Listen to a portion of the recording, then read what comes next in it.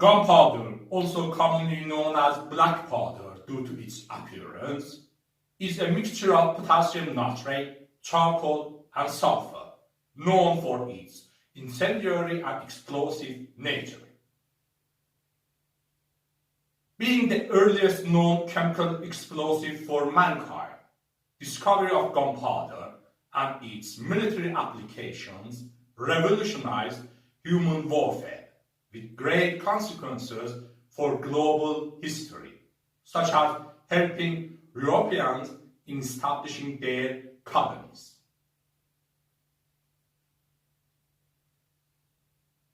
For centuries, gunpowder was the main chemical explosive in warfare, and other applications such as fireworks, mining, quarrying, and road building. However, from the late 19th century, its usage has declined as other more suitable chemical explosives have been invented. In this regard, gunpowder can also refer to any explosive with similar characteristics and applications, or any powdery explosive for guns.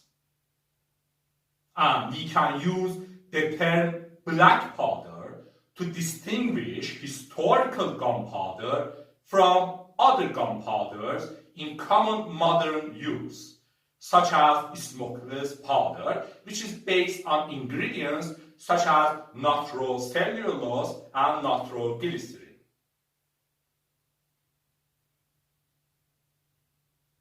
Gunpowder is a mixture of potassium nitrate, charcoal, and sulfur. Potassium nitrate, also known as saltpeter, with the chemical formula of KNO3, acts as the oxidizer and provides the oxygen required for combustion of the fuels, charcoal, and sulfur. Sulfur also has the important function of lowering the temperature required to ignite the mixture, making combustion more rapid. Charcoal is a solid decomposition product of organic materials, usually produced from wood by heating wood in minimal oxygen to remove water and volatile components.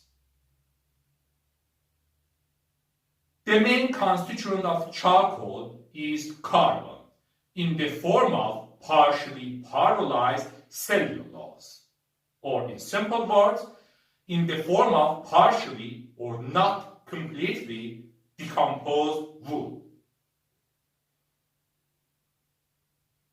While charcoal is mainly carbon, it requires much lower temperature to ignite in comparison to pure elemental forms of carbon such as graphite, which makes charcoal the suitable source of carbon in gunpowder.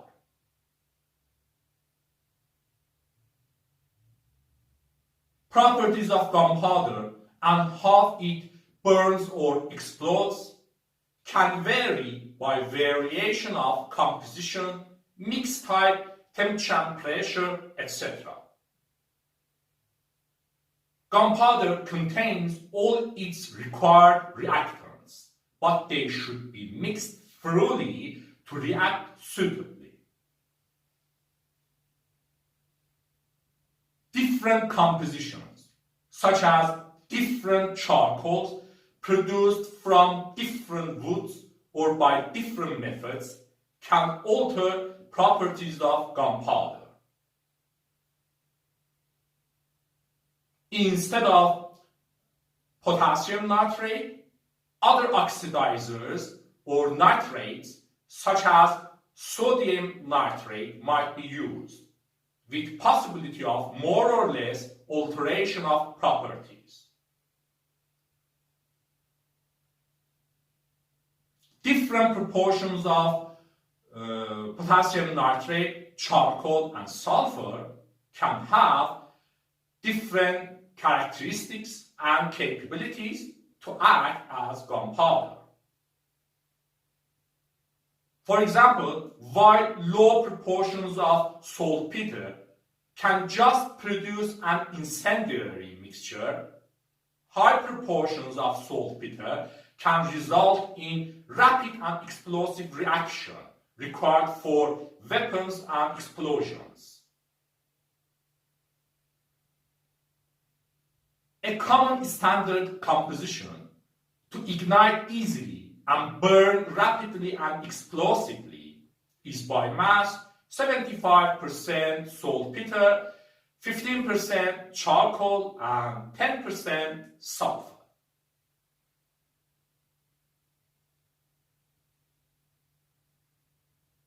Reaction efficiency and products of gunpowder ignition depend on composition, mix type, temperature, etc., and can vary considerably. Generally, it is not a single reaction, and the result is not easily predictable.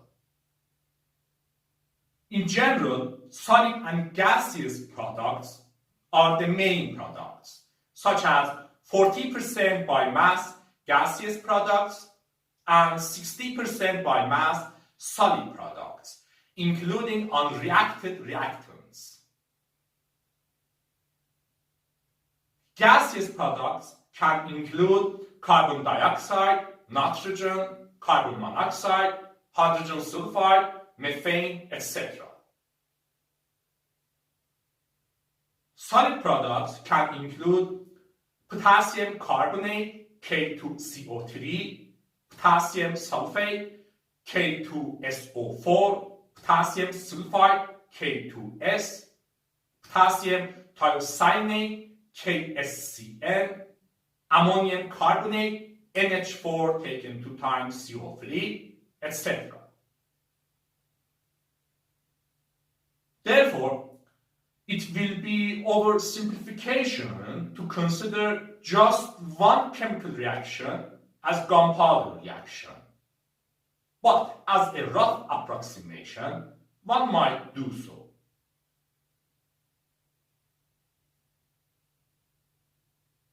Gunpowder is a reactive material which upon ignition can release considerable amounts of gases and energy due to rapid, spontaneous exothermic reactions between its ingredients. Therefore, gunpowder is an explosive and can create an explosion, usually accompanied by production of heat, pressure, smoke, sound, and light. When combustion reactions of gunpowder occur rapidly, produced gases quickly accumulate and initially almost occupy the available volume for solid reactants. Despite the fact that gases generally occupy much larger volumes than solids and liquids for the same amount of substance at the same conditions.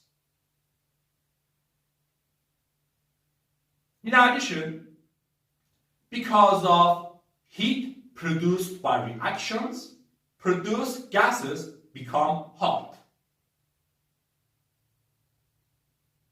Hence, gunpowder explosion creates hot gases, initially confined to small volumes, which means gaseous products are highly pressurized and therefore can exert considerable forces to do works such as accelerating a bullet inside a gun barrel or bursting nearby walls and objects. Additionally, gunpowder reacts and burns faster under pressure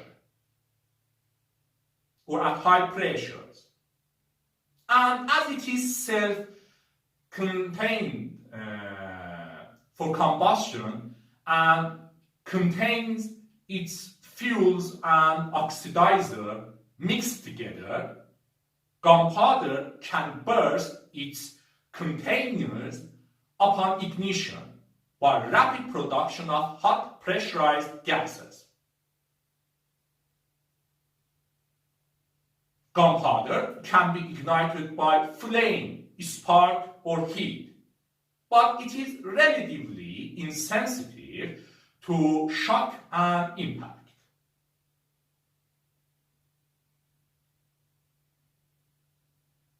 Gunpowder is a low explosive as it deflagrates or burns at subsonic speeds, or in other words, its combustion is propagated by a flame front moving at a speed less than its speed of sound.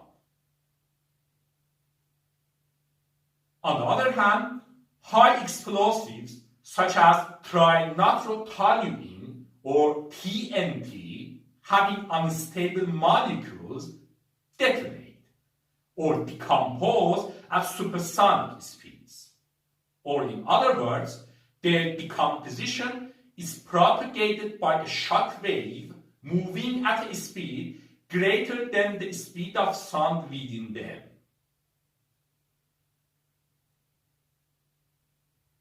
As gunpowder is a low explosive, it has much lower brisance or shattering capability than high explosives. Or in other words, explosion of gunpowder is much less effective in fragmentation of shells, castings, grenades, etc. Because of its low brisance, gunpowder explosion is less suitable for shattering armors and rocks or demolition of structures and fortifications, but more suitable to act as a propellant in guns to avoid shattering of gun barrels, where a propellant is something that expels or expands to create thrust and propel something else, such as a projectile, like a bullet or cannon shell.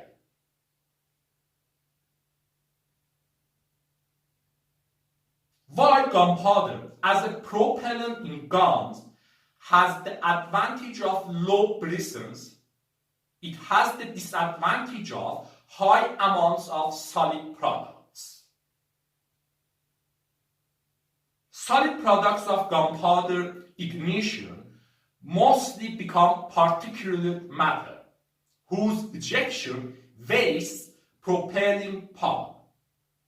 Besides, they contribute to characteristic whitish smoke of black powder, which fouls the air, hinders the vision, reveals a soldier's position, etc. Besides, solid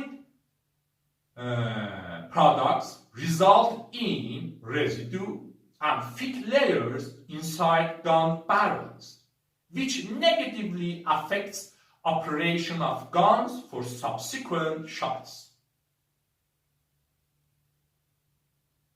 Furthermore, the residue is hygroscopic and can absorb moisture from air to form corrosive substances, which can corrode and harm the wrought iron or steel gun barrels, making removal of residue by regular cleaning necessary.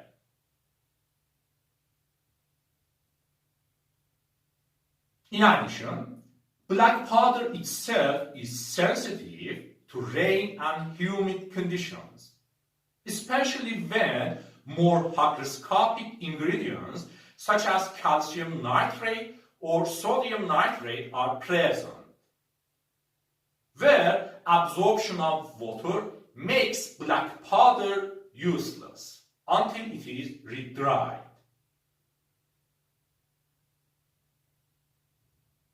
All these mean that usage of black powder in guns was very problematic, and as soon as other chemical explosives with better characteristics, such as stronger and much less smoky gunpowder known as smokeless powder, were discovered, black powder was replaced with them, as it happened in the second half of the 19th century.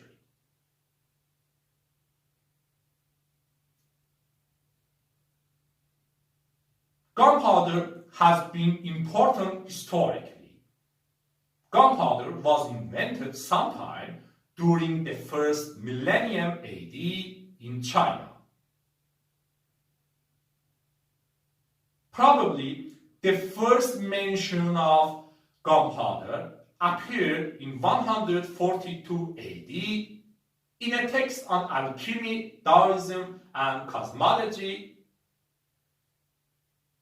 known as Canton Qi, assumed to be the earliest book on alchemy in China, attributed to the semi-legendary figure Taoist alchemist Wei Guoyan, who described a mixture of free powders which would fly and dance violently, where that mixture has been regarded to be gunpowder, although Wei Guoyan didn't name the powders.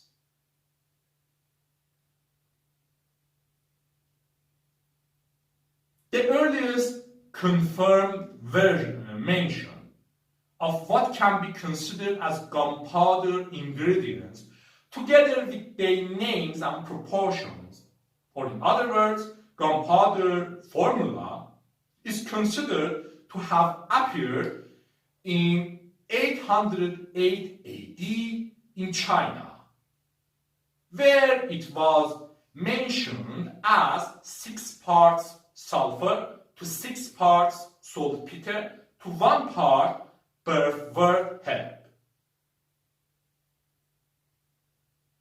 Also, a Chinese Taoist text in 858 AD warned against a dangerous formula corresponding with gunpowder. In general, it is believed that gunpowder was invented by Chinese alchemists accidentally during their search for elixir of life or immortality, where mixing and heating different substances together were among their common practices. Besides, charcoal, sulfur, and saltpeter were known to them. Such origin of gunpowder is reflected in its Chinese name, which means fire medicine in Chinese language.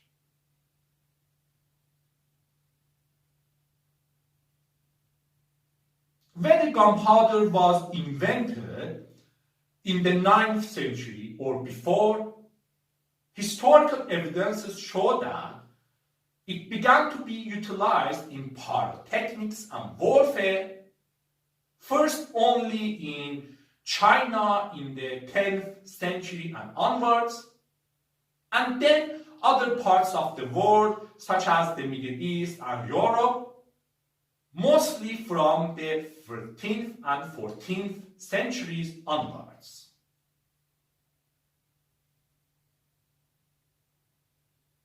Among first applications of gunpowder was its usage in pyrotechnics, where pyrotechnics comes from Greek words for fire and made by art. Pyrotechnics generally utilizes chemical reactions like gunpowder ignition, capable of production of heat, pressure, sound, light, commonly for display and entertainment.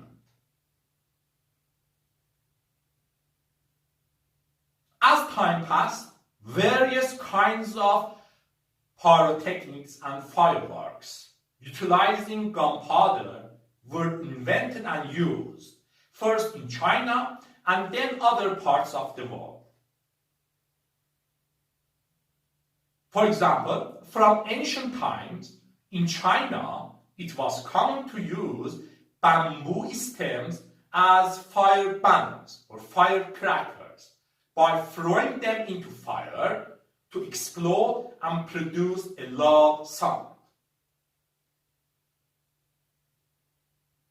Later, gunpowder firecrackers, to act similarly, were invented and used by packaging gunpowder into small containers, which by improvements such as fuse, paper, and more suitable gunpowder formula were developed and became closer to modern firecrackers.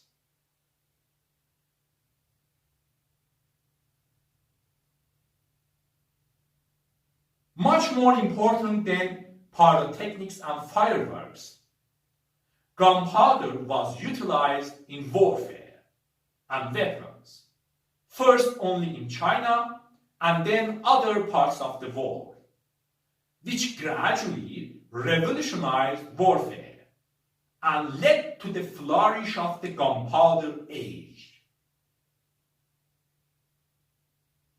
Long before cannons, muskets, and rifles, initially in China, gunpowder was utilized in various weapons, such as early thermal and incendiary weapons, flamethrowers, fire arrows, rocket arrows, mines, bombs, and fire lances.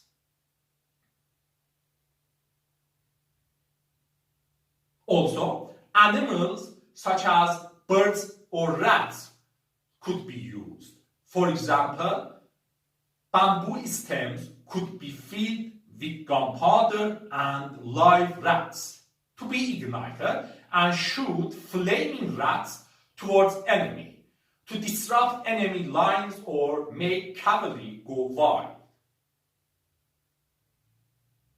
There have been various inventions of early Chinese gunpowder weapons, but some of them, such as fire arrows, bombs, and fire lances, were favored much more for extensive usage, which also laid the path for invention of more modern weapons, such as cannons, muskets, rifles, and rockets.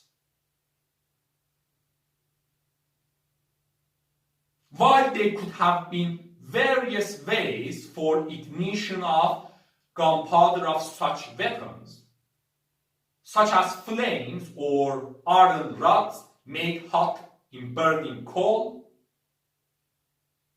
possibly from the start, invention or easy usage of many such weapons required slow-burning matches, coals, or fuses, which could be prepared by different ways, such as the use of saltpeter and gunpowder themselves. For example, by soaking coals or twines in a solution of saltpeter and then letting it dry.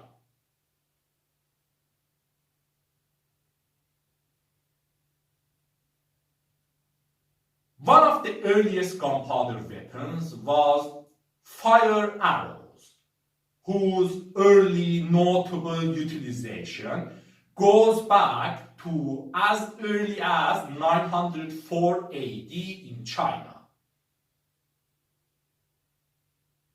Fire arrows had a bag of incendiary gunpowder attached to the shaft of an arrow. In fact, fire arrows were a type of incendiary arrows based on gunpowder, where long before gunpowder fire arrows, there had been incendiary arrows having oil or resin soaked toes tied just below the arrowhead, best used against wooden structures or shields to set them on fire. Later, maybe as early as the mid-10th century, or maybe later in the 12th, 13th centuries, rocket-propelled projectiles, fireworks, and weapons such as rocket arrows appeared, which use gunpowder as the propellant of their rockets. Also, multiple rocket launchers appeared, which could launch multiple rocket arrows. Such weapons can be considered as the predecessor of modern rockets and rocket launchers.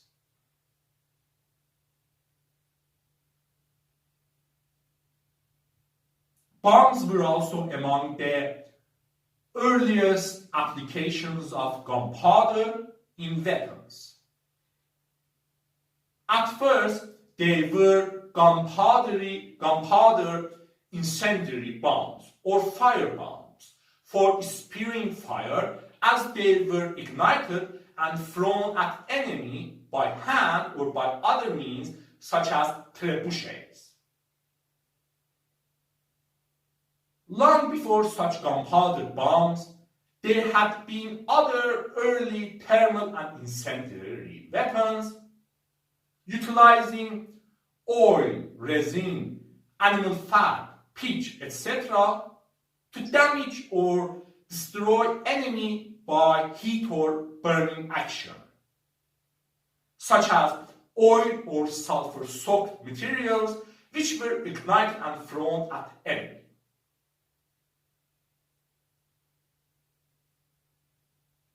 As of the mid-13th century, gunpowder bombs had become much more efficient as explosive bombs, due to increase of saltpeter proportion, could be produced.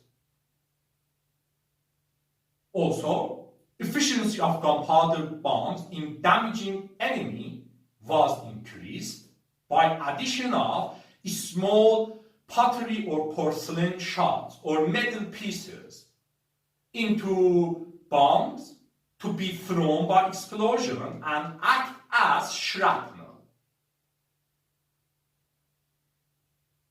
Furthermore, instead of soft materials like bamboo, wood, or paper, hard shells or metal casings were used, where stronger and thicker shells or casings could mean greater buildup of pressure during gunpowder ignition, resulting in stronger explosion.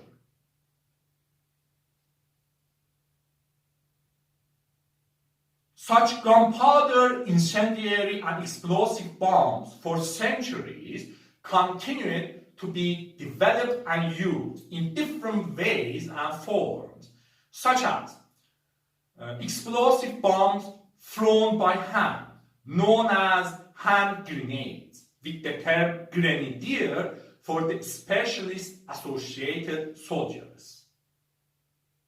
Or explosive bombs shot from cannons, known as explosive shells.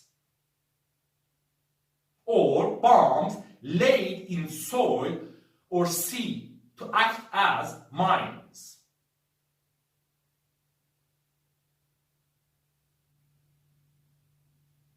Fire lancers were also among the earliest gunpowder weapons. First appeared in China sometime during the 10th, 12th centuries. Initially, fire lancers were spears or other pole arms with one or two attached or strapped wood, bamboo, or paper tubes containing gunpowder and a slow match. which upon ignition could eject a stream of flames in the direction of spearhead to shock or harm enemy at the start of a fight or melee. Later, pieces of debris, metal, pottery or porcelain shards were added to gunpowder tube to be thrown by the stream of flames and act as shrapnel, which made fire lances similar to a combination of flamethrowers and shotguns, but only with 1 or 2 shots and a very short range of a few meters. Fire lances could also be used for other purposes, such as spewing toxic substances through orifices into buildings and fortifications. By the late 13th century, lance was discarded in the favor of gunpowder blast. Besides, metal tubes or barrels were used to withstand stronger gunpowder blast and become reusable, where these, also known as eruptors, became the forerunners of hand or small cannons, making fire lances ancestor of cannons, muskets, rifles, and modern firearms.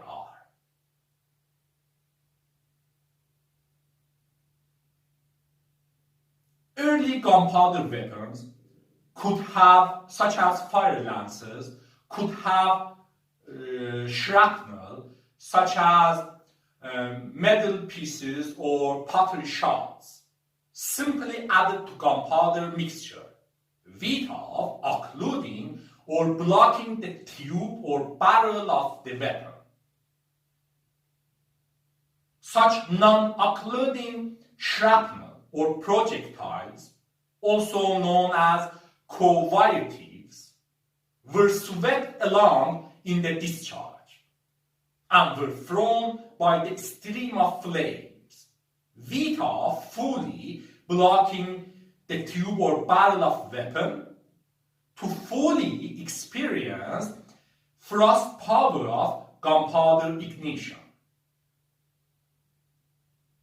Such weapons are considered as proto-guns and not true guns, where guns are generally considered to have barrel-occluding projectiles to take advantage of explosive forces as much as possible. Later, projectiles would become barrel-occluding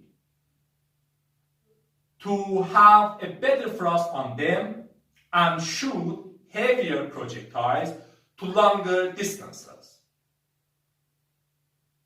Also, stronger gunpowder mixtures with more explosive power, for example due to increase of saltpeter proportion, were used. In addition, instead of materials like bamboo, wood, or paper, barrels made of metals like bronze or iron were used, which could withstand stronger gunpowder explosions to make guns more capable. Explosive gunpowder, barrel-occluding projectiles, and metal barrels are characteristics we expect for guns such as cannons, and indeed such developments resulted in invention and usage of cannons, muskets, rifles, and firearms.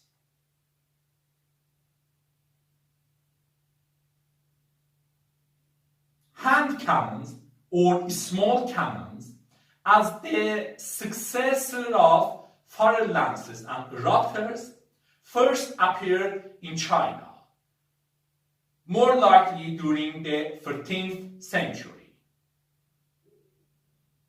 Hand cannons are considered to be the first true firearms, i.e. the oldest type of guns designed to be readily carried and used by an individual. Hand cannons had a metal barrel, open at front or muzzle, and closed at back or breech, with a small hole at the rear portion known as touch hole or vent. They could also have a means of holding, such as a rear wooden stock. To load hand cannons, first gunpowder and then a projectile or a pellet were loaded into the back end of the barrel from front or muzzle. Hence, they were muzzle loading or they were muzzle loaders.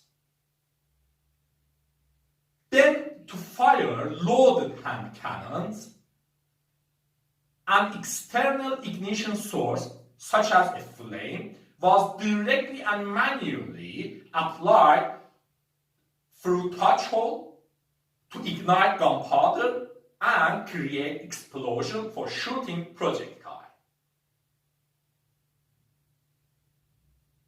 Later, there could also be a flash pan, a small receptacle next to touch hole, to hold some gunpowder for initial ignition by external ignition source, where after ignition of gunpowder in flash pan, produced flames and flash through touch hole could ignite the gunpowder in the barrel of weapon to create explosion and shoot the projectile. In other words, gunpowder in flash pan acted as primer, i.e. initiator of ignition of the main gunpowder charge in the barrel. Muzzle loading of gunpowder and projectile, beside a way of firing through touch hole or flash pan, for centuries would become the basis for operation of many guns. In addition to hand or small cannons, their larger counterparts, cannons, were also developed and utilized in China. They could shoot various projectiles or shots, from cannonballs and pellets to arrows.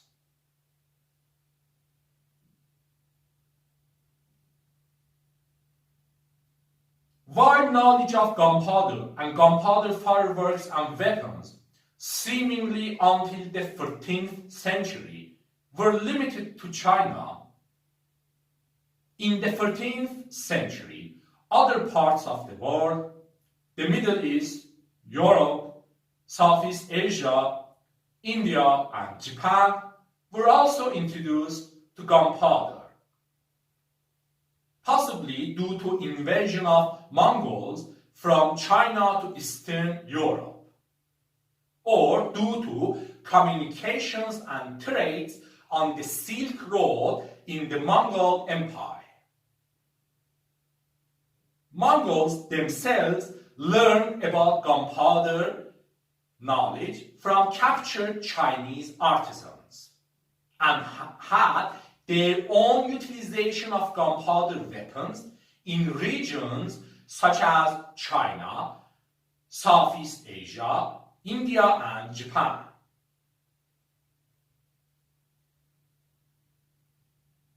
By the second half of the 14th century, gunpowder weapons and their production and development could be seen in different regions of Europe and Asia. Especially in Europe, cannons became of great interest for development, production, and utilization due to reasons such as their ability to breach fortifications in siege warfare. Consequently, warfare began to change, and gunpowder weapons like cannons began to play crucial roles in warfare and dominance of one over another in the most of Eurasia. Such was importance of gunpowder and changes it brought. We have the term the Gunpowder Age or the Gunpowder Revolution in this regard, where after centuries, importance of black powder was finally ended in the second half of the 19th century by invention and utilization of more capable, more suitable explosives.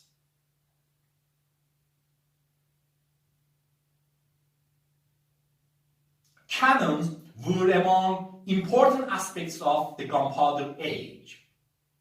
They saw huge efforts on development, production, and utilization. Early cannons had problems such as being hard to transport or change shooting angle. Such disadvantages made early cannons more usable for defense role in fortifications as garrison or coastal cannons. Early cannons were also worthy as siege weapons of necessity for prolonged sieges. Later improvements and inventions such as trunnions and limbers in the 15th century solved such problems, where trunnions were cylindrical protrusions or projections on cannon barrels for mounting and pivoting them. And limbers were modifiable to wield gun carts, greatly improving maneuverability and mobility of cannons. Such improvements made cannons more suitable for all feeders of warfare, especially as field cannons, capable of easily accompanying a field army on the march and being quickly maneuverable in response to changing circumstances in war zone. By the late 15th century, cannons had become much better, more efficient, more powerful, more accurate, more reliable in comparison to their predecessors.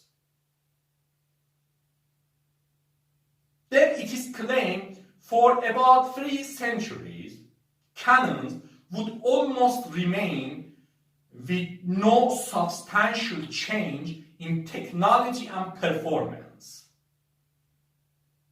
But by the late 19th century, due to new technologies and inventions, cannons would have had changed from their classical form in many aspects, including usage of better alternatives as propellant instead of black powder.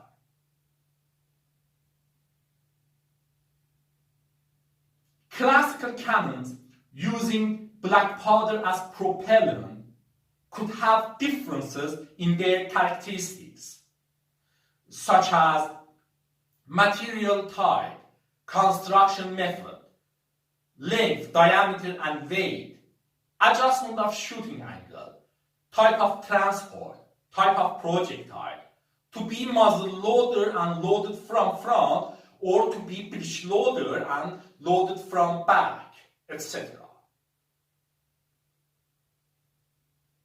For example, classical cannons could be made from wrought iron by hoop and stave construction, similar to construction of wine barrels. Or they could be made from cast iron or bronze by casting.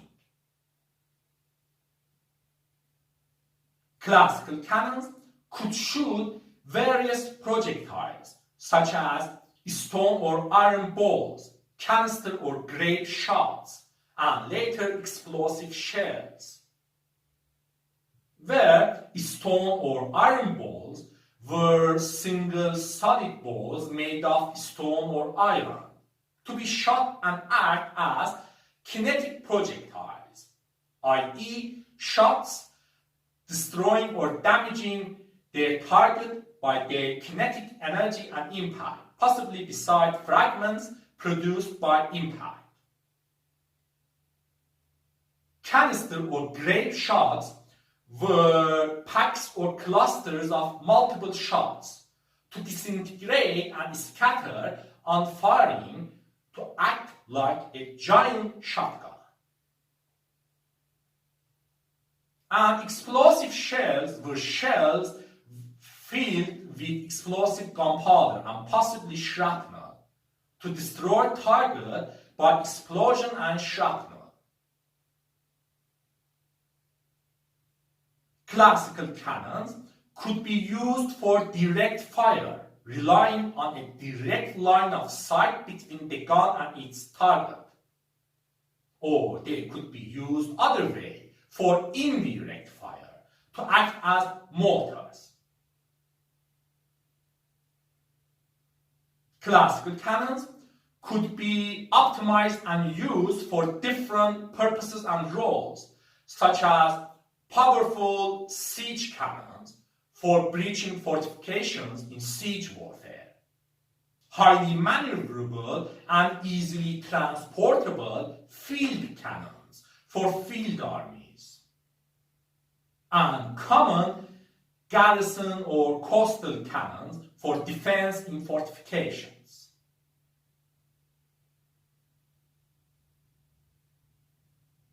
Classical cannons had disadvantages such as loose feed between their smooth bore and cannon balls, resulting in their poor characteristics such as low range and low accuracy. Classical cannons were usually muzzle loaders or were loaded from front, as breech loaders or loading from back had technological problems such as gas sealing. For muzzle loaders, to be easily and quickly loaded from front without jamming, with consideration of cost and available precision in manufacturing of gun barrels and cannonballs, there was a loose feed between cannonballs and the hollow part inside the gun barrel or the cannon bore. In other words, there was a non-negligible difference between diameters of cannonballs and cannonball. Because of the gap between ball and bore, hot pressurized gases from black powder ignition could leak and pass around the projectile during firing, wasting propelling power and reducing thrust on the projectile, resulting in low range. Besides, the projectile could travel a zigzag path along the barrel during shooting, coming out of the muzzle at an unpredictable angle with an unpredictable spinning axis and velocity, resulting in low accuracy. At such conditions, irregularities in shape or imperfections on surface of the barrel or projectile could result in random rotations of the projectile during shooting, which could give rise to random air forces on the projectile during its trajectory, unpredictably changing trajectory and producing inaccuracy. In this regard, we have the Magnus effect for projectiles, or the fact that rotation or spinning on any axis not parallel to the direction of travel can change expected trajectory or path of travel of the projectile due to difference in pressure of air on sides of the spinning object.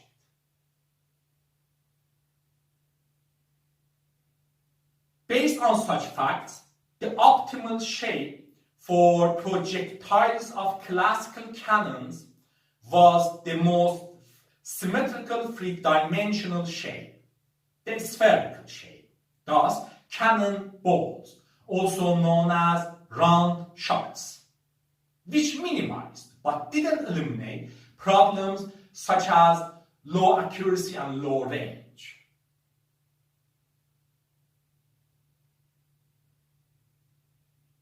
A solution to such problems was rifling, which is making helical grooves into the bore or the internal surface of a gun barrel, which exerts torque to spin the projectile around its longitudinal axis as projectile moves along the bore during shooting.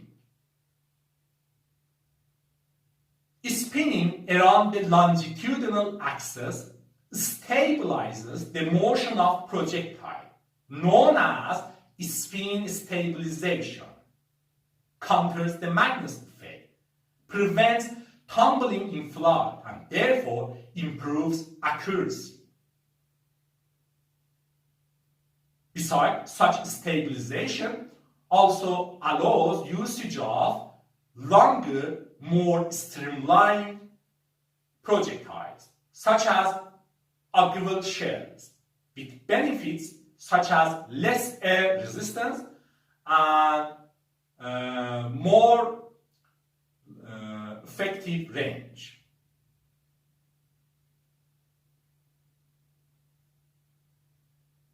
Rifling requires a good or tight fit between the barrel and projectile to let grooves of the barrel interact with the projectile. While this tight fit is also useful for decrease of gas leakage around the projectile during firing and therefore increase of projectile's velocity and range, it makes muzzle loading or loading from front of rifled barrels hard, which can be solved by breech-loading or loading from back, which have its own problems.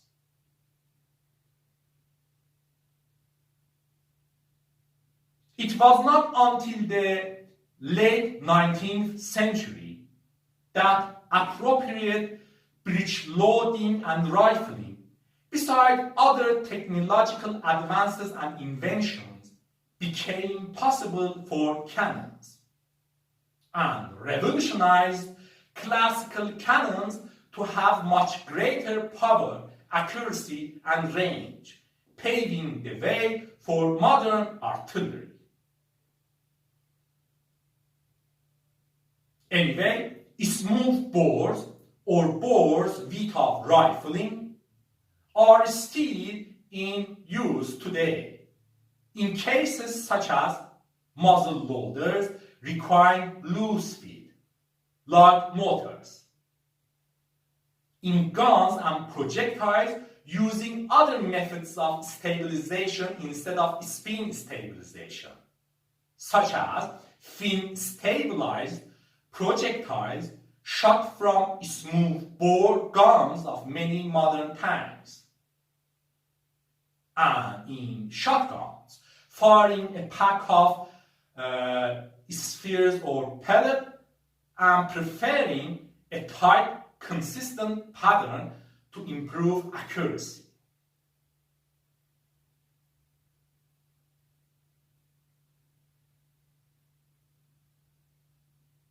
In addition to cannons, the development of portable guns for individuals or firearms from hand cannons was also of great importance in the age of gunpowder and evolution of warfare. In this regard, the development of triggers or mechanisms to fire guns played an important role. Initially, a simple curved lever known as serpentine was added to the stocks of hand cannons. This serpentine at its upper end held the smoldering end of a length of slow match, which could be lowered by moving the bottom end of the serpentine to have the smoldering slow match touch the touch hole or flash pan to ignite the explosive powder and initiate ignition of the main gunpowder charge in the gun barrel.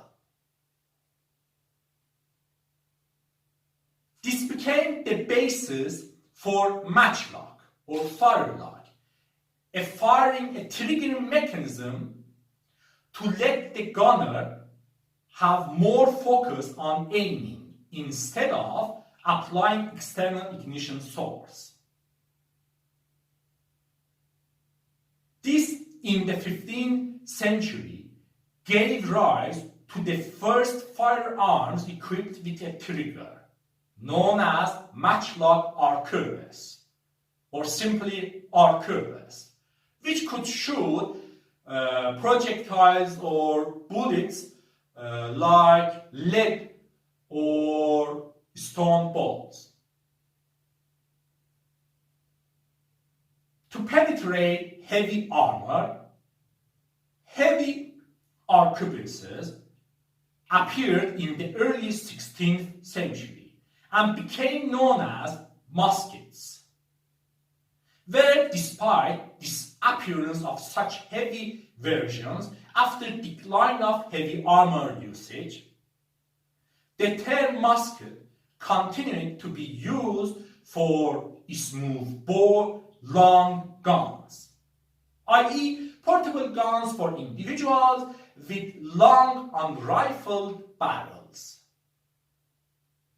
Muskets became among the dominant weapons in the gunpowder age until the mid-19th century.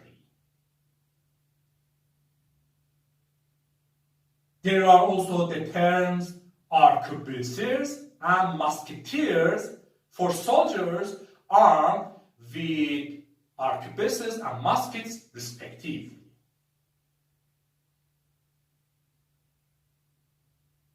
Matchlock as triggering mechanism had problems such as being hard to handle, especially during reloading and raining, possibility of getting extinguished, possibility of unintended ignition of nearby gunpowder sources, revealing a soldier's position at night, etc. Because of such disadvantages, other triggering mechanisms such as Wheellock and Flintlock were invented. Wheellock used friction during the rotation of a wheel against a piece of pyrite to create sparks and ignite gunpowder in flash pan. But being delicate and expensive and generally not spreading beyond cavalry elites, Wheellock had limited usage and impact on warfare. Flintlock, in simple words, used striking of a flint to create sparks and ignite gunpowder in flash pan.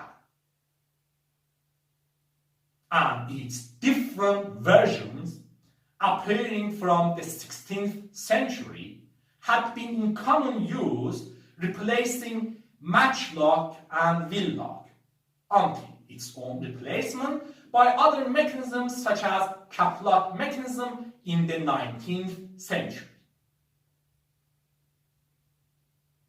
Mechanisms such as Wheellock and Flintlock, based on ignition of gunpowder in flash pan as primer, had disadvantages such as poor ignition of gunpowder in flash pan at rainy or humid conditions.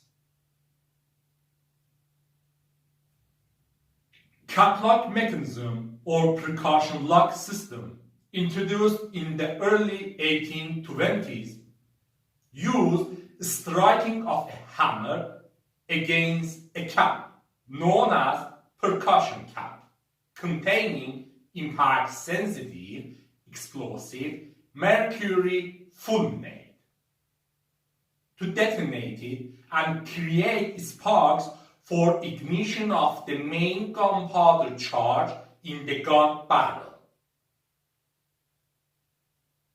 In other words, Caplock mechanism replaced traditional usage of black powder itself in flash pan as primer by usage of mercury fulminate in a cap as primer or ignition initiator.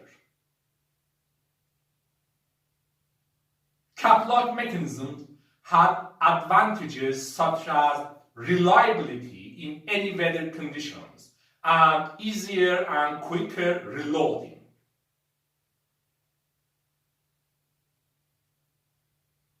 Caplock mechanism itself was improved and gave way to fully self-contained cartridges or modern cartridges or rounds in the form of pre-assembled firearm ammunition, packaging a bullet or other projectile, some propellant, and ignition initiator or primer, all together in one piece. Here, we shouldn't confuse such self-contained cartridges, generally having metallic cases, to be fully loaded into the gun barrel as they were, with earlier paper cartridges, having a bullet and some gunpowder packed inside a paper, which was torn to first pour the gunpowder and then insert the bullet into the gun barrel, where the paper itself was often used as a wallet.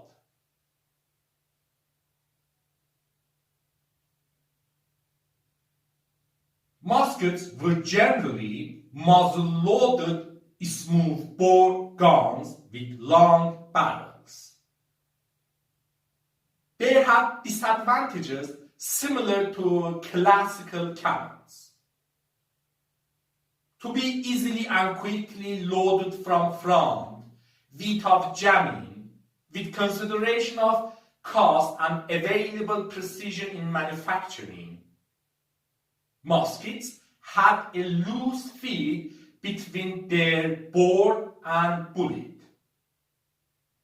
resulting in gas leakage around bullet during firing. besides zigzag path of bullet inside the barrel, an unpredictable exit angle of bullet from muzzle, and an unpredictable spinning axis and velocity of bullet associated with deviation from intended trajectory. Therefore, muskets had low range, short effective range, low accuracy, and low stopping power. Besides, even with the loose feed between their bore and bullet, their reloading required considerable time and effort, resulting in their slow rate of fire. To compensate for such disadvantages, nearby pikemen or archers, or at least bayonets on muskets for protection and close combat were used. Also, muskets in battlefields were usually used by groups of soldiers, not scattered but close together, using tactics such as volley fire, i.e. lines of soldiers systematically reloading and firing in turn.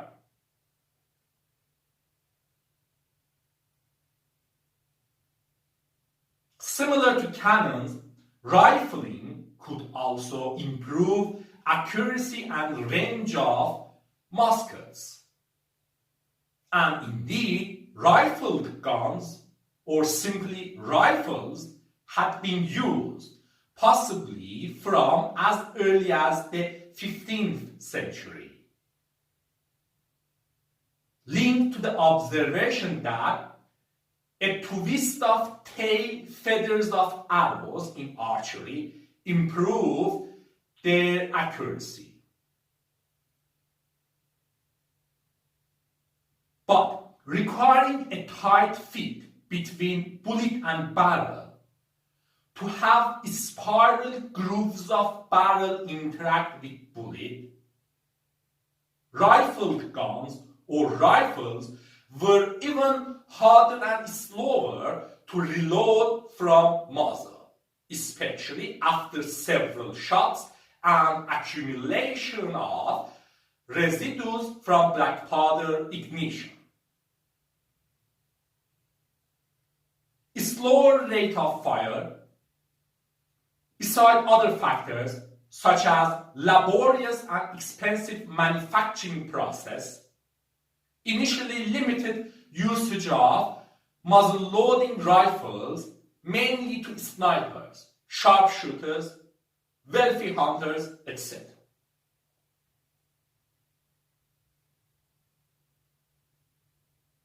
In this regard, one successful solution to the problem of hard and slow muzzle loading of rifled barrels, coming to effective use in the 19th century, was bullets capable of expansion by gunpowder explosion, such as many-ball bullet having conical concavity in its base.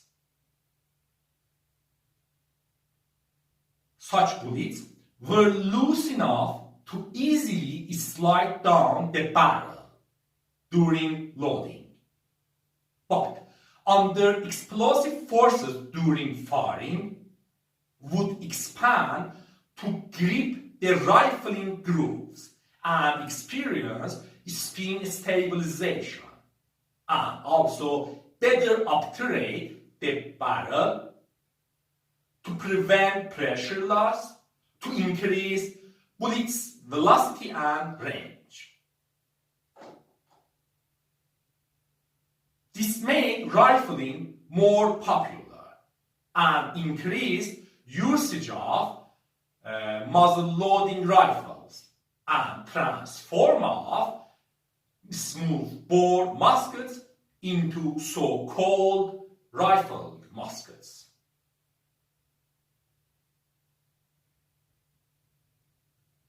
Also, slow and hard loading of rifled guns could be solved by breech-loading or loading from the rear of the battle instead of muzzle-loading or loading from front.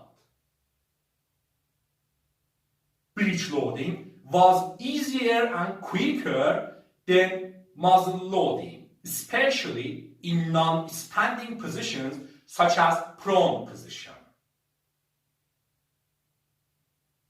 But despite usage of breech-loading as early as the 14th century or even before, due to problems such as gas sealing of the breech, breech-loading didn't see widespread usage until the 19th century and improvements in technology and engineering.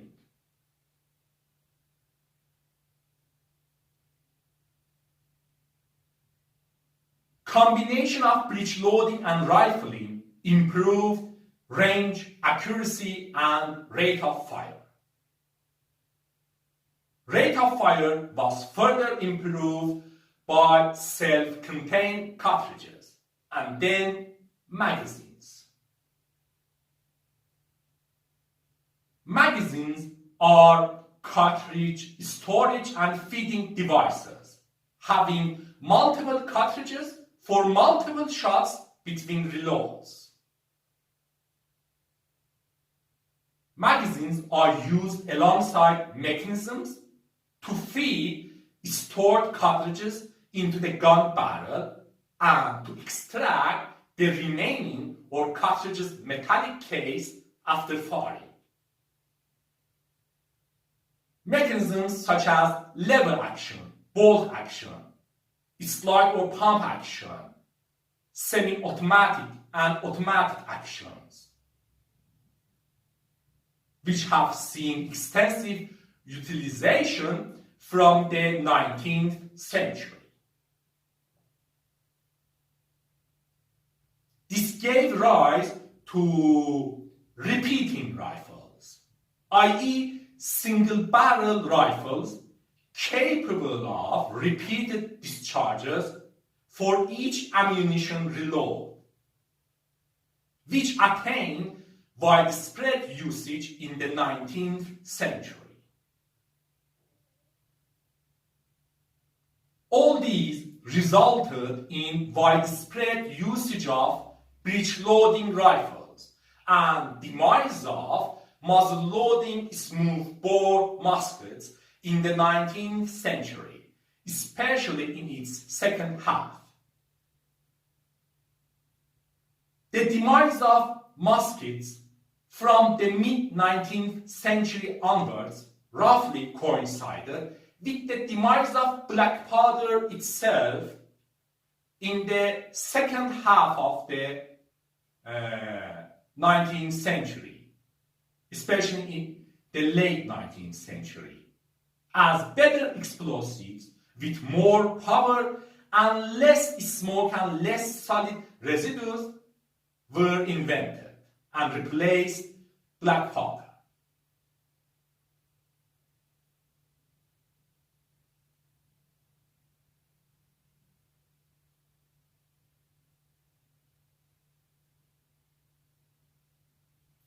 In addition to long guns or long barrel firearms like muskets and rifles,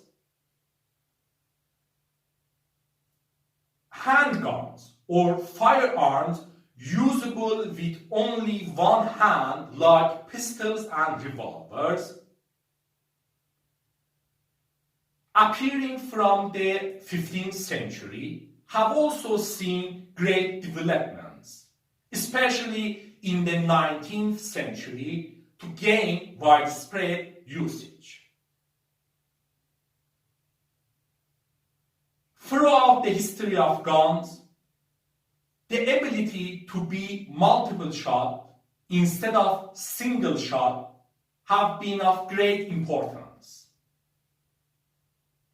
Either through usage of multiple barrels for a single gun, as in multiple barrel long guns and handguns like volley guns and pepper box revolvers, or better, through a single barrel by repeated discharges for each reload, as in repeating rifles.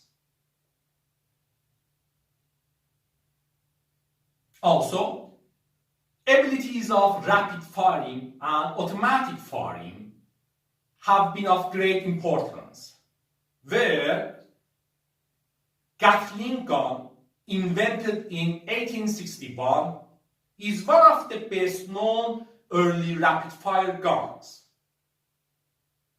And Maxim gun, invented in 1884, was the first fully automatic machine gun.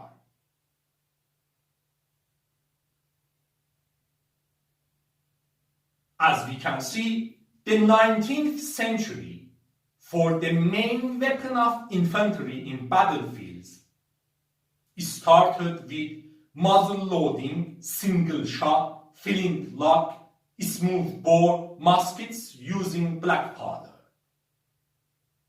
but ended with breech-loading, multiple-shot, cartridge and Maxim-based rifles and machine guns, using other kinds of gunpowder, revolutionizing warfare and obsoleting tactics such as volley fire. Anyway, guns from their early usages centuries before up to now, hard or slow or fast, have always seen developments, where in addition to mainstream guns and weapons like those we discussed, there had been many other inventions and gunpowder weapons, many too delicate, expensive, or unhandy to become popular.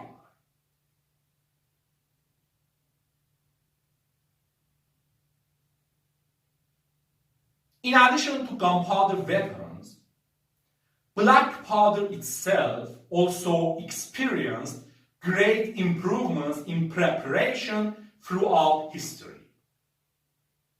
It is claimed that initially in China, gunpowder mixtures didn't have high enough amounts of saltpeter to make them explosive, and they were more suitable for incendiary purposes.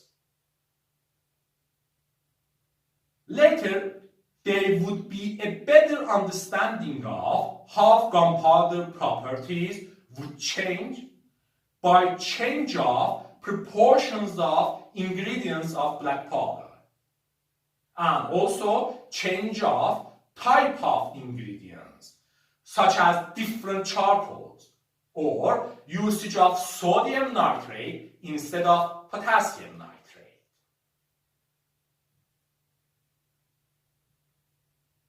There were also great improvements in mixing process and granularity of gunpowder. Initially, gunpowder ingredients using a mortar and pestle or mill were ground and mixed dryly to produce a fine flour known as serpentine. This fine flour or serpentine could undergo separation during transportation and act of vibration.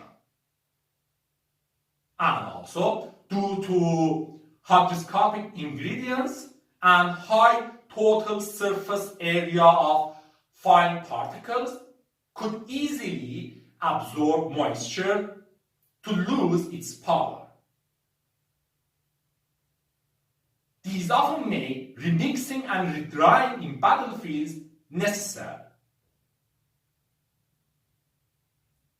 Also, the highly explosive gunpowder dust in this method was a major hazard.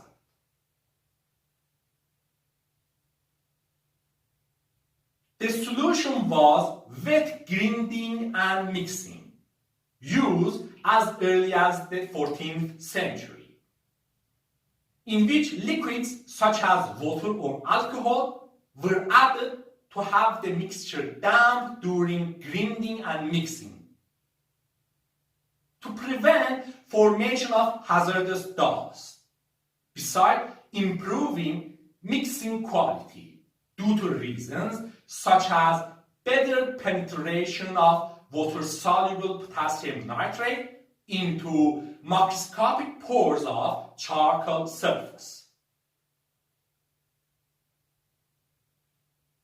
The resultant wet paste could be dried and crushed into granules and clumps of gunpowder, with each one having all ingredients of gunpowder mixed thoroughly, and which wouldn't undergo separation because of vibration during transportation.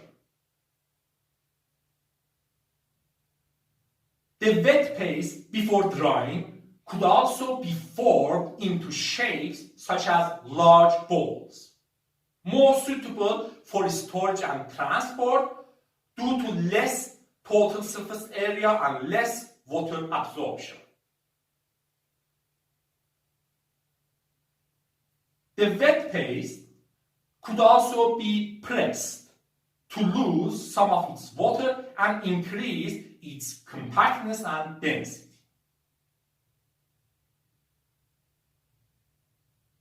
After crushing, sieves could be used to separate granules based on their size and produce uniform products. In this regard, we have the term corn powder for granules or clumps of gunpowder with the size of a grain or corn, and also the term coning for the process of production of corn powder. The size of granules could affect the burning rate of corn powder, with faster burning and pressure build-up for finer granules, and vice versa,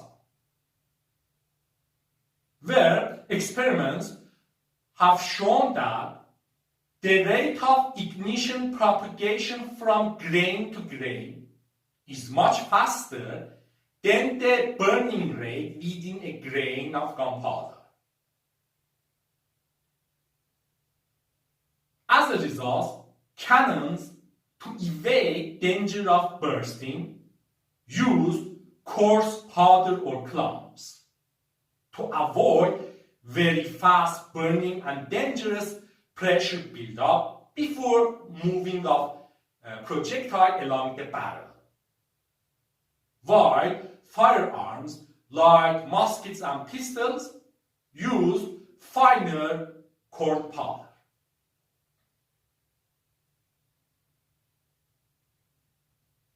Furthermore, rounding off of sharp edges of gunpowder grains during transportation could produce hazardous gunpowder dust, besides alteration of burning properties.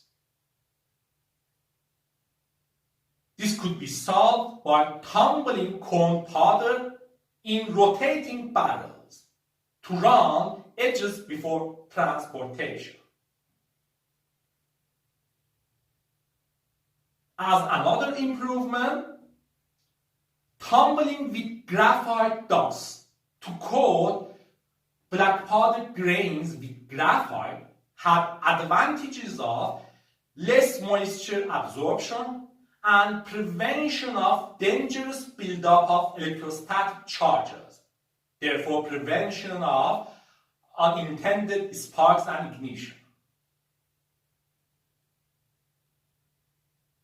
Despite such improvements, black powder had disadvantages such as low power and high amounts of smoke and solid residues, which resulted in its replacement in the second half of the 19th century when better explosives such as gun cotton and nitrocellulose were invented.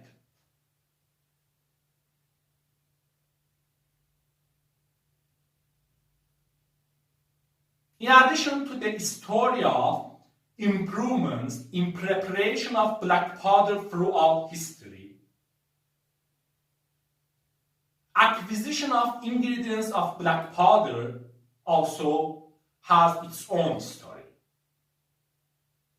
Among ingredients of black powder, charcoal produced from wood by heating wood in minimal oxygen was the easiest to obtain, although there could be considerations such as wood type and method of production, as different charcoals obtained from different woods or by different methods and conditions could give different properties to resultant gunpowder. Sulfur was not as easy as charcoal to obtain, but acquisition of sulfur was not that hard also, as sulfur in its uncombined or elemental form could be found near some hot spring or volcanic regions in some places. Or sulfur could be produced from its minerals such as pyrite, the most abundant sulfide mineral having the chemical formula FeS2, iron 2 disulfide. Yet, shortage or unavailability of sulfur could be a serious problem in the age of gunpowder.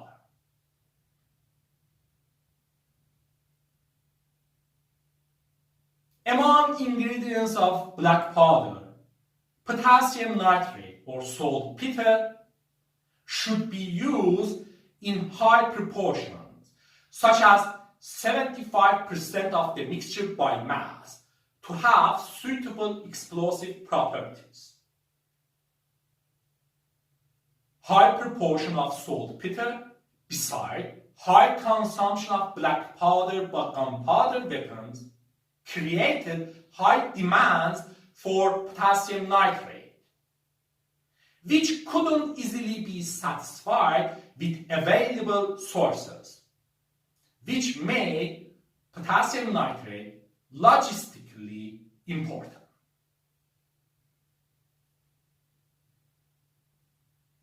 Potassium nitrate could be obtained from its natural sources and deposits in places suitable for its formation and accumulation, such as certain regions with specific conditions in India, Spain, etc., or some caves like bat caves. Such natural sources weren't abundant enough or available everywhere, so methods were developed to synthesize potassium nitrate or artificially produce it. There are natural processes for production of nitrates such as potassium nitrate by action of bacteria and air oxygen from decay of nitrogen-containing organic compounds found in, for example, human or animal waste and manure. Because of such natural processes, potassium nitrate could be found in or obtained from places such as bat caves due to bat excrements, or soils in frequent contact with human or animal waste, dung, manure, and urine, such as soil beneath livestock in stables. This could be used in preparation of black powder, of course by further processes for extraction, purification, concentration, and preparation, such as washing, addition of potash or wood ash to convert other nitrates into potassium nitrate, boiling, crystallization, etc.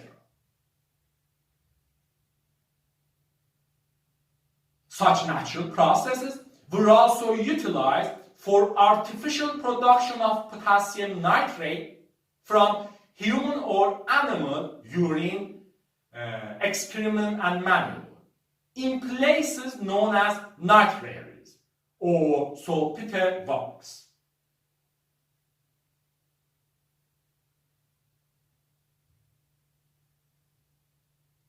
Later, natural deposits of sodium nitrate in Chile and Peru in western South America provided an alternative.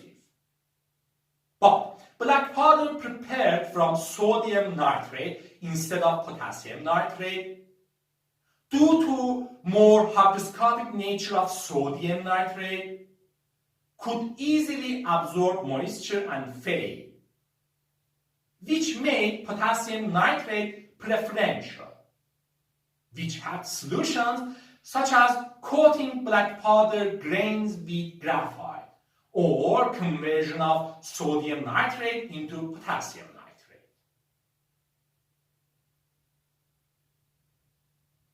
Demands for nitrates even increased more when benefits of their usage as fertilizers in agriculture and food production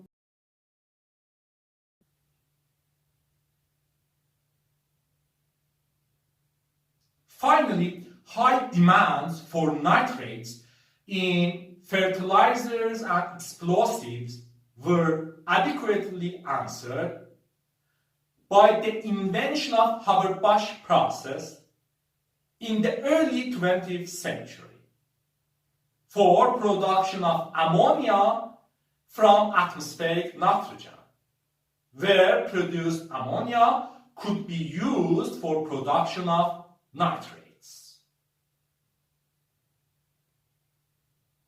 Anyway, for centuries, as black powder was important, potassium nitrate was important and strategic.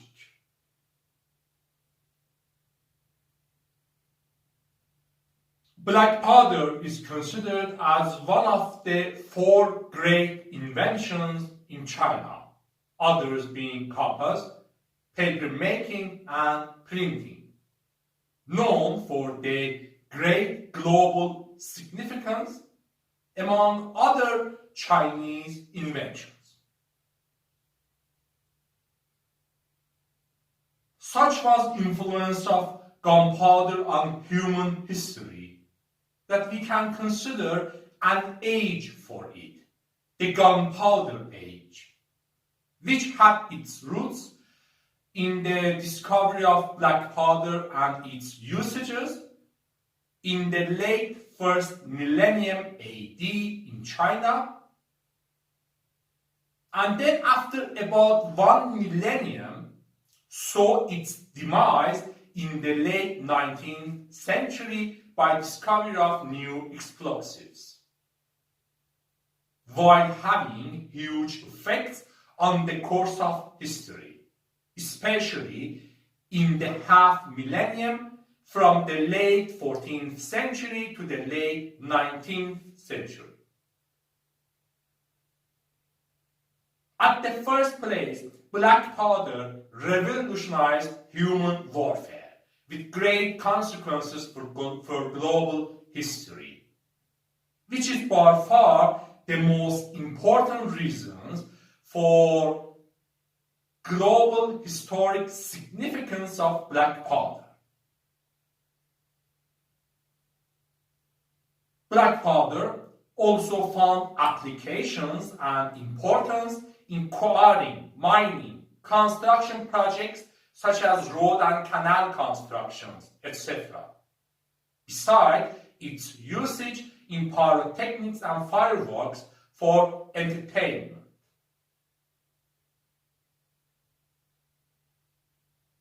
Initially, gunpowder weapons, in comparison to non-gunpowder weapons such as pikes, swords, and arrows, weren't that advantageous to quickly make old weapons obsolete and completely replace them.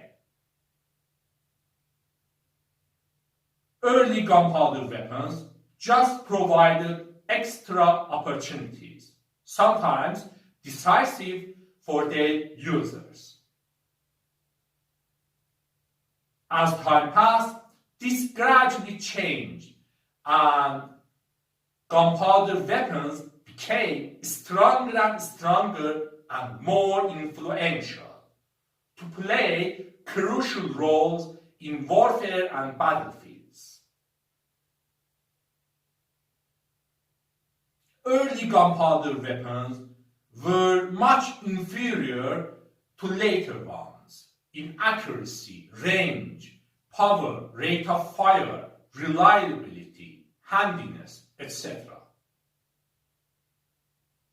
Yet even early gunpowder weapons quickly found their way into battlefields and warfare, and were used beside or instead of traditional weapons like swords and arrows.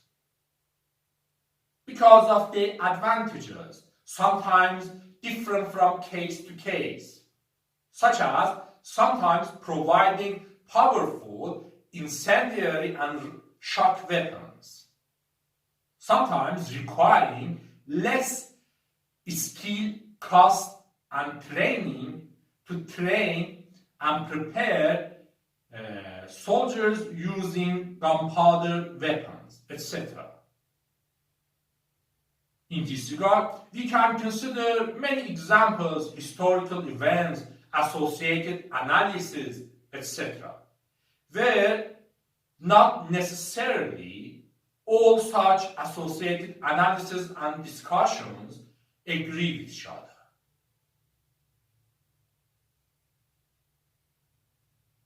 Initially, in China, initial gunpowder weapons such as fire arrows and bombs provided powerful incendiary weapons, which could also be used to shock enemy troops.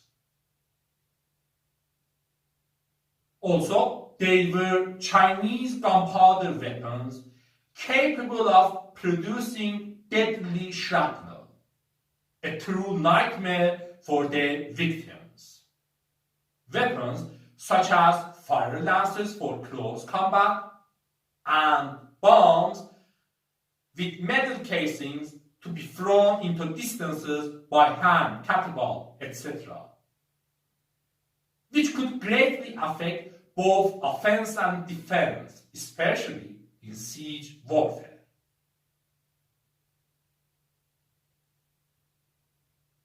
Later, introduction of gunpowder to Europe, followed by developments of cannons and firearms like arquebuses and muskets, changed warfare in Europe. Cannons capable of breaching city walls and castles as early as the 14th century reduced cost, hardness, and time of capturing fortified places in siege warfare, making seemingly impervious castles and cities more vulnerable to attack, and changing the balance of power and logistics in the favor of attackers. For example, large cannons and bombards contributed to the rise of the Ottoman Empire and the fall of Byzantine Empire, also known as the Eastern Roman Empire. As in 1453 AD, they played an important role in the fall of Constantinople, the capital of the Eastern Roman Empire, today's Istanbul in Turkey, by breaching its strongly fortified walls. As medieval castles and fortifications were vulnerable to cannons, improvements of defenses became a necessity. As a result, style and design of castles and fortifications were changed to better use cannons and other gunpowder weapons for defense, and better withstand enemies' cannon attacks. By using new techniques and adaptations, such as shorter, thicker sloped walls, bastions, cavaliers, ravelins and other artworks, etc. Initially, such improvements were useful to some extent in helping castles and fortifications against cannons. But later improvements of cannons, especially in the 19th century, made many such improvements of castles and fortifications less effective, useless or obsolete, resulting in downfall of castles and substantial change of fortifications.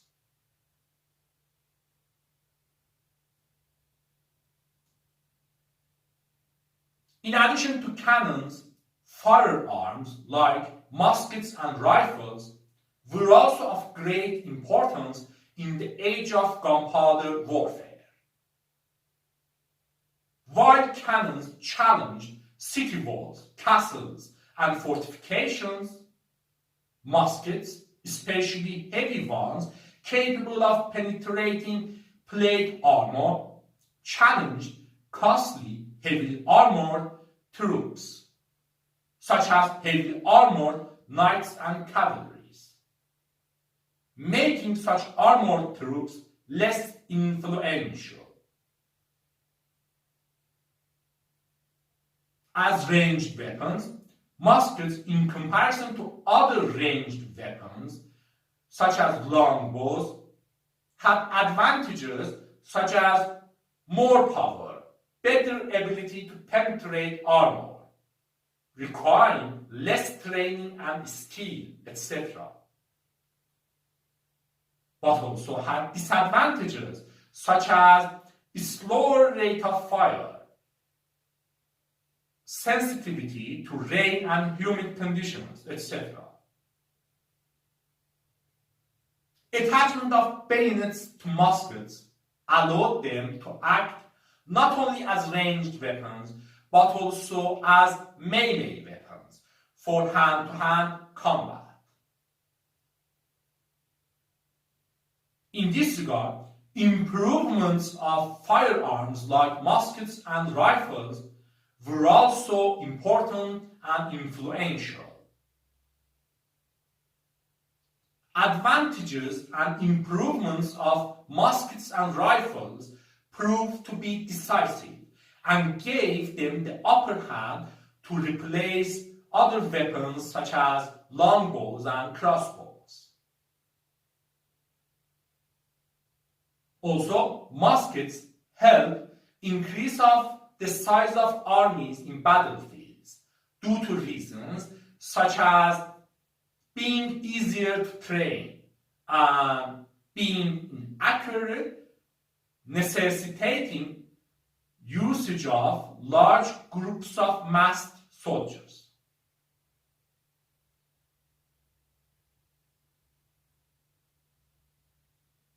Gunpowder firearms and weapons also greatly affected mounted units.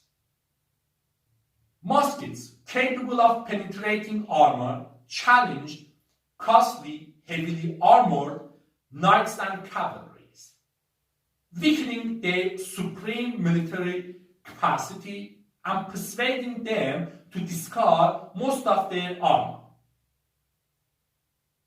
But muskets also had their own problems, such as being single-shot and inaccurate, and having low rate of fire. Therefore, mounted troops armed with only non-gunpowder weapons such as lances, swords, and sabers, with or without armor, remain important in the age of gunpowder warfare to play crucial roles such as quickly attacking and overrunning enemy from behind or at flanks or weak positions. On the other hand, mounted troops such as dragons began to use gunpowder weapons as infantry did. But there were serious problems, such as long-barrel muskets were hard to handle on horses. Reliability of single-shot, inaccurate, slow-to-reload muskets was problematic, etc. Because of such problems, mounted troops often used pistols as auxiliary weapons, beside non-gunpowder weapons such as lances and sabers.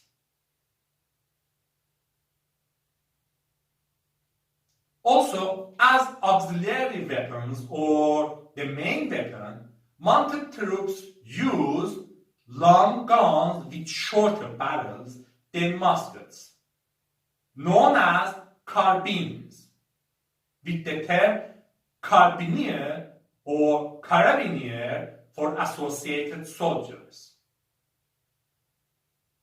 where in comparison to muskets, shorter and lighter carbines were easier to handle on horse, but had a shorter range. Furthermore, gunpowder weapons were used by mounted infantry, who used horses for mobility but dismounted to fight on foot. Other varieties were also possible, such as small cannons and mortars mounted on camels or elephants. Later, improvements of firearms, especially in the 19th century, such as multiple-shot breech-loading rifles, were also problem-solving and beneficial for usage of gunpowder firearms by mounted troops. But on the other hand, they could also be problematic due to reasons such as higher casualties of cavalry because of more capable infantry, machine guns, etc.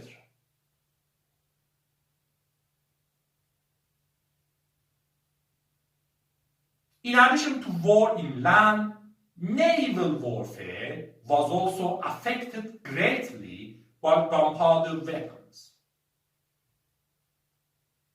Initially in China, early gunpowder weapons, such as fire arrows thrown by bows or bombs thrown by hand or trebuchets, became weapons of interest for ships and naval warfare, as gunpowder weapons soon proved to be effective weapons against wooden ships in naval warfare.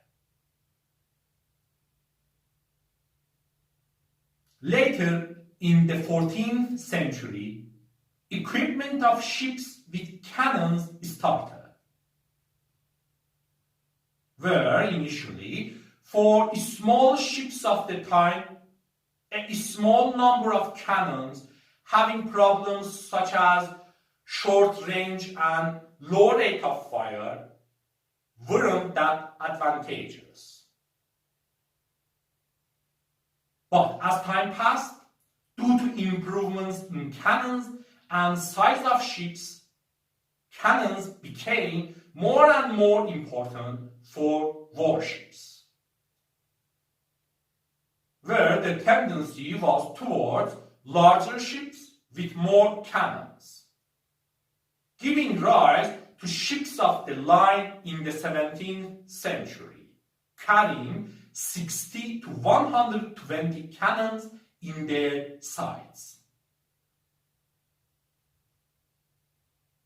Consequently, gunpowder revolutionized naval warfare.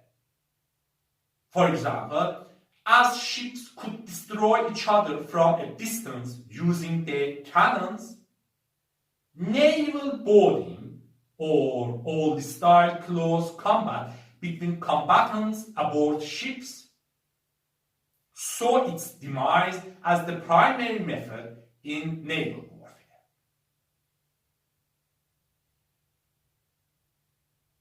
Importance of gunpowder weapons for naval warfare marks another important aspect and influence of gunpowder in the age of gunpowder, as naval warfare has been important in domination of seas, expansion or defeat of empires, protection of trades in sea, naval blockade, etc. Especially in the age of sail and the age of discovery, which happened during the importance of gunpowder weapons, and which had great consequences for global history up to now.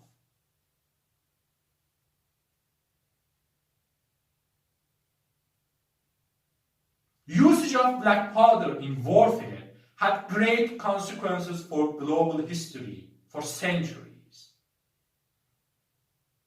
The first notable usage of gunpowder weapons was probably the usage of fire arrows in 904 AD in China to burn a gate during the siege of a city, associated with campaigns of the 5 dynasties and 10 kingdoms period of China.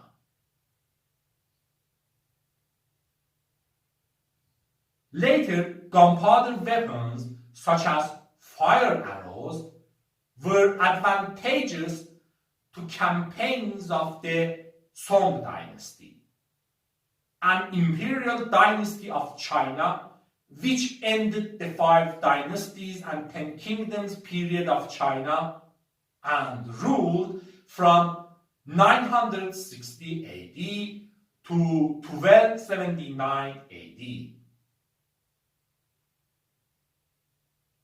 Gunpowder weapons such as fire arrows, bombs, and fire lances were extensively used by both sides in ferocious battles and sieges of Jin-Song wars between the Chinese Jin and Song dynasties in the 12th and early 13th centuries.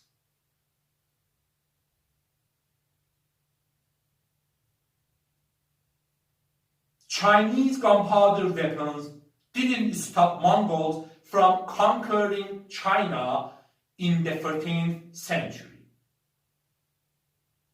Mongols themselves acquired gunpowder knowledge from captured Chinese artisans and utilized gunpowder weapons, especially in regions such as China and Southeast Asia.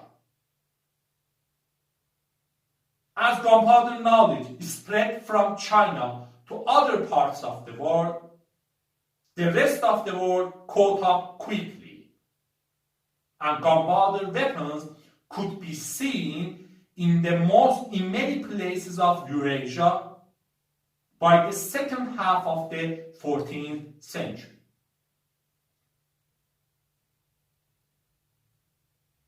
Consequently, gunpowder weapons became important and decisive for centuries in many battles, sieges, and wars, in many places of the world, especially in many affairs of the great powers of the time, such as European empires of the Portuguese Empire, the Spanish Empire, the British Empire, the French Empire, especially helping them establish their colonies across the world. Also, the Islamic empires of the Turkish Ottoman Empire, the Iranian Safavid Empire, the Mughal Empire in India, and also Mongol-led Yuan dynasty in China, Chinese Ming dynasty, Chinese Qing dynasty, etc. In summary, black powder revolutionized warfare and changed the medieval warfare into the age of gunpowder warfare and early modern warfare, with great consequences for global history. Although black powder finally, due to its disadvantages, was replaced by better explosives, even today, many modern weapons have their origin in the age of gunpowder weapons.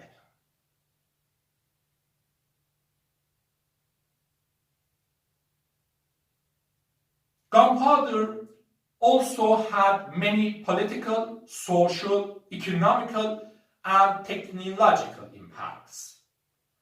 We can consider many examples, discussions, analyses in this regard, where how influential gunpowder had been in such impacts have been a matter of debate.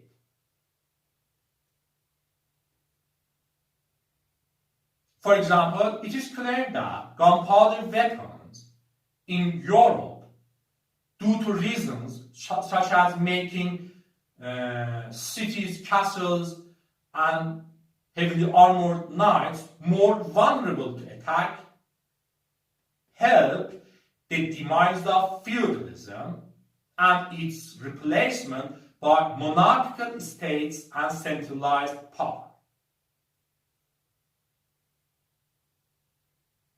Also, it has been claimed that as men were drawn from across the nation into an organized army of the gunpowder age, massive than before, national unity and patriotism were bred and strengthened.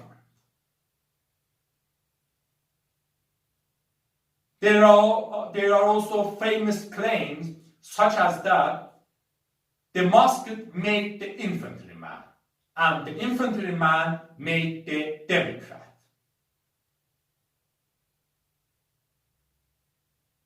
As an example of gunpowder impact on technology, it has been argued that cannon-making techniques provided precise and repetitive manufacturing of iron cylinders with predetermined internal dimensions, which was important for steam engines and therefore industrial revolution.